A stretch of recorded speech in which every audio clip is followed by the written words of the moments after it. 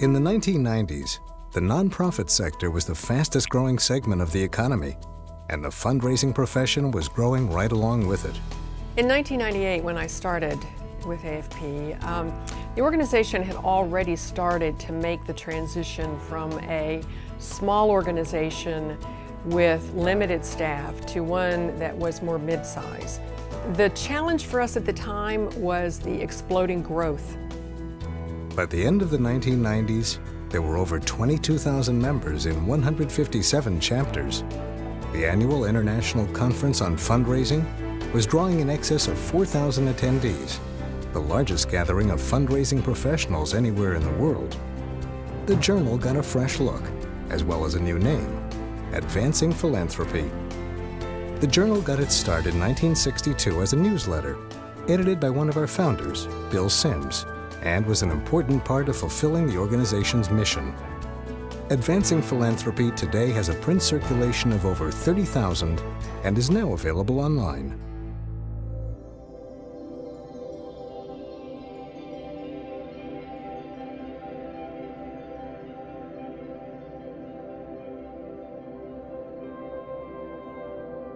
Well, you know, if you get a bunch of fundraisers in a room, it's not too long before they think maybe they should start raising some money.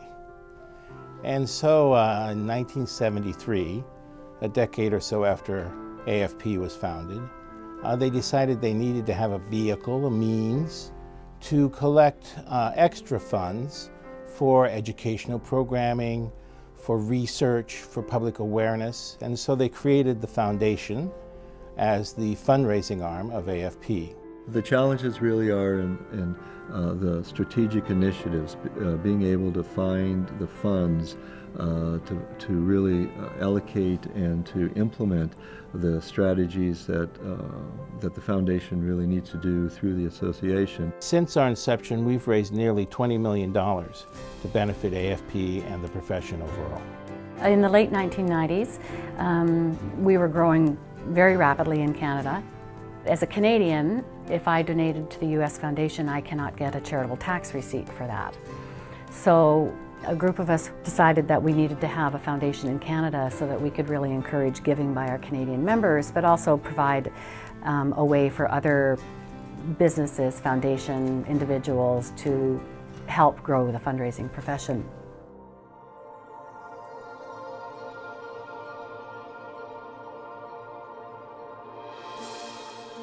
Fundraising has never been more important. Philanthropy has never been more important than now, not just in North America, but in the world. Canadian members make up 10% of the membership. We're now at 15 chapters, including one collegiate chapter, and we go from coast to coast. Our international growth has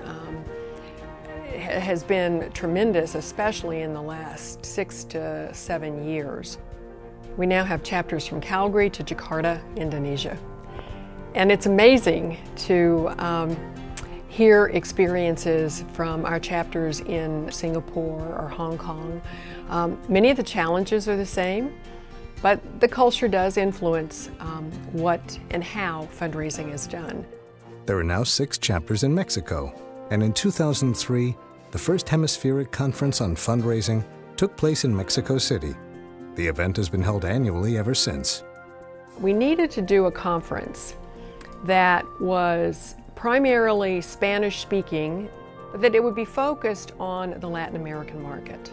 The fact that we have had conferences in Asia and in Latin America, and that we've cooperated with conferences in Europe, etc., it speaks to volumes to the fact that the need is there. Clearly, the word national was no longer suitable for describing the organization. Canada was the one that pushed us to change the name, because we were not national, we were international. And where we were growing chapters throughout the world, it just made sense. So the big challenge was, what are we going to call ourselves? And we set up a committee under my chair. The name change to AFP was a slam dunk.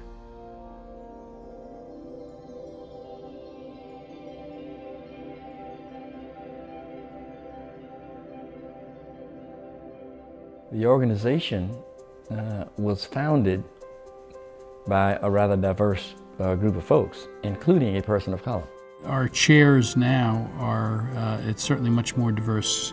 Barbara Marion, who is no longer with us, was our first woman chair, and I guess that was back in the 80s. Charles Stevens, former chair, called me one day and said, I want to make sure on diversity, I want to make sure I'm not the only African American chair that this organization ever has.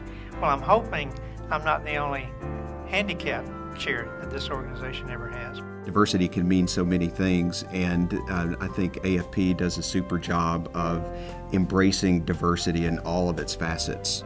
Cultural groups, racial groups, religious groups, sexual orientation, but it also goes to the types of organizations we serve. By reaching out and by being proactive and by creating awareness, the face of our profession has changed. And that has been amazing progress. With international headquarters now located in Arlington, Virginia, the organization numbers nearly 30,000 members in 207 chapters, representing 6 countries and including 16 collegiate chapters, which represent the future of our organization. AFP should feel very, very good about the leadership in the past, but not just the present, but as we're looking to the future. Knowing where you've come from is critically important, your understanding of how you get to where you go in the future.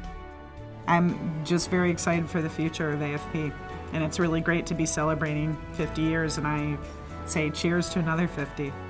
I'm glad I was there. I'm glad I did what I did, and I'd do it again.